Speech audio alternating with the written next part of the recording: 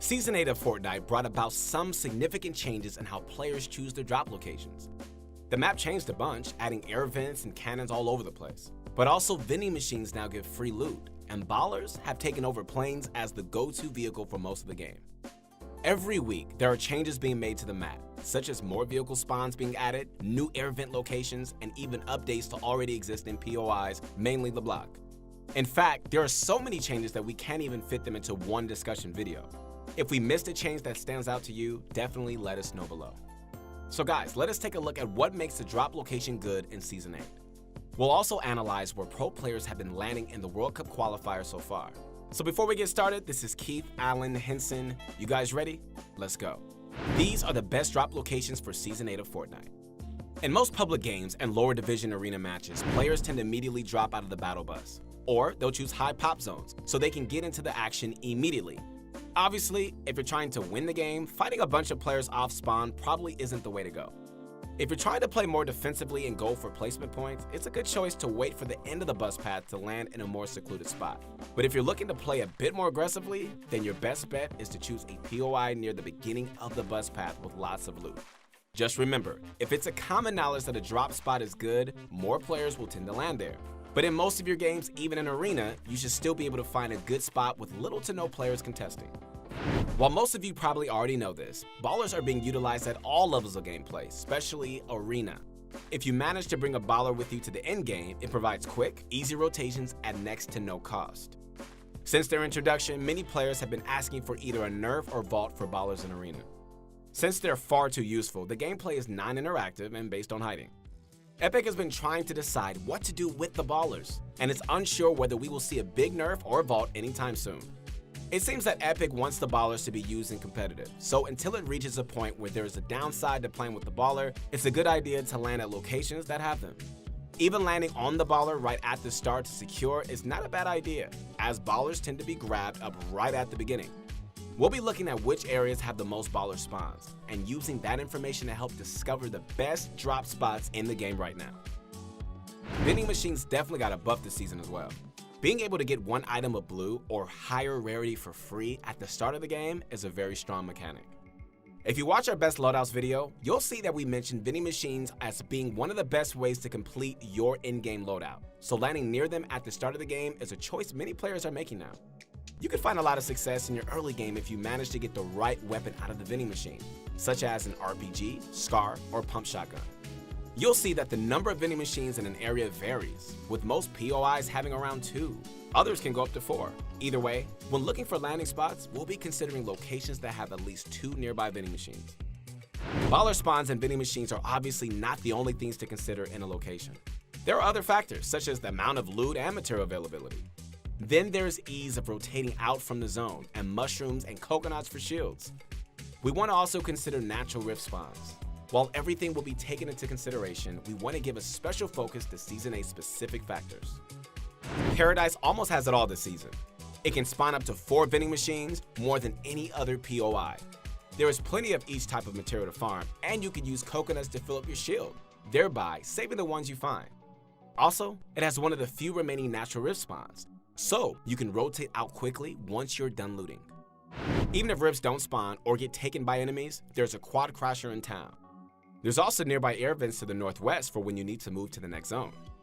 To top it off, there are 24 chest spawns as well, making this a solid drop for any number of players to acquire good items.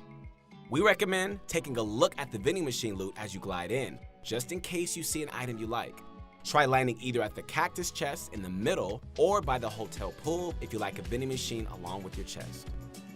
Loot Lake has managed to become even better as the season progressed, and it has recently received another overhaul in patch 8.4. Now material has been added in more places, as well as about 10 more chest spawns, putting that total to around 35. There are 3 vending machines inside the zone. Don't forget, there's also 2 usually unused machines just outside, so make sure to check them out on your way out to snag an extra item.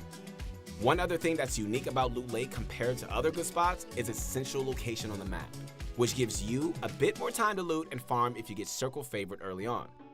The best spot to land at is likely the factories on the west side, since there's good material, 2 vending machines, and a few chests to loot. 34 total chest spawns, 3 vending machines, and nearby baller spawn make Happy Hamlet another fantastic drop location in Season 8.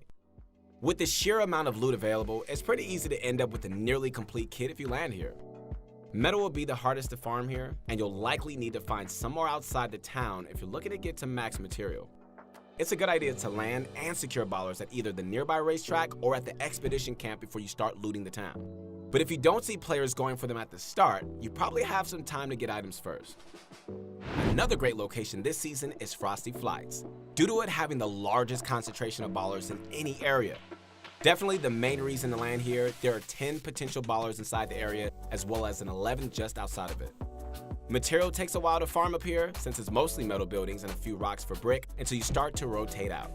But there's 3 vending machines nearby that can be used, as well as around 25 chests, so getting a solid kit should be easy. Landing at the hangars is likely the way to go if there are other players with you, just so you can more easily secure a baller. If you want to play a bit more aggressively, landing on the high ground can help you spot enemies below. The last drop location is more suited only for duels and solos, since there isn't too much loot available. But this area happens to be one of the best baller spots in the game, thereby making it a great drop by default. Specifically, it is the area with metal buildings north of the volcano. It should be relatively easy to get to max material since there's plenty of high resource giving structures here. And if you can't manage to get a baller, you can always use the volcano vents to rotate when you're done looting. Thanks to Epic Games, the replay files from the first 2 weeks of World Cup qualifiers are available. So we're going to be taking a look at where the finalists dropped at, and hopefully we can come to a few conclusions after our analysis. Another thanks to Reddit user Arcane FN for completing the painstaking task of downloading and playing dozens of World Cup replays. And green highlight, we've got games where the finalists dropped at one of the 5 previously discussed locations. In red, we have games where the players landed at a baller location. As you can see, many of the locations we just discussed are being utilized successfully by pro players, even at the highest level of competition. While each player and duo likely has their own unique reasons for choosing their landing spots each game, there is no denying the playing advantages many of these locations contain. One spot that seems to be used by a lot of players that we didn't discuss is Tilted Towers. Players will drop Tilted on occasion when they feel they need some kills in their next game, which is why we see it pop up once or twice for many players. Players are less likely to hot drop Tilted in this World Cup games as well, which is why we might see this location work so well. In general, it's a very good spot this season, and there's plenty of material to farm. This includes a staggering 39 chest spawns and 3 vending machines for loot, a central map location, and a few vehicles on surrounding mountains if you end up needing one. Another spot we see a lot is Snobby Shores. Honestly, you need to ask the players that landed there why they did so, because there aren't many redeeming qualities that we can find in this area. The best we can figure is that Snobby is an incredibly safe side of the map, and you probably won't run into many players while looting or rotating. That is the one likely reason why players are finding success there. When it feels like you're stuck in an arena and can't climb, the best landing strategy is likely to wait for the end of the bus path and then choose a baller spawn location, preferably one with a lot of loot. Vending machines can provide a high-tier weapons that help you win the game, so if you don't mind a little competition, try landing in spots that have multiples. Epic Games isn't afraid to add or remove what makes spots great with each update, so it's good to keep in mind what makes a drop location good. This way, you can quickly adapt to future map changes. Hey, once again, this is Keith Allen Henson, and follow me on Instagram if you guys want to connect. Thanks for watching, and good luck with your climb.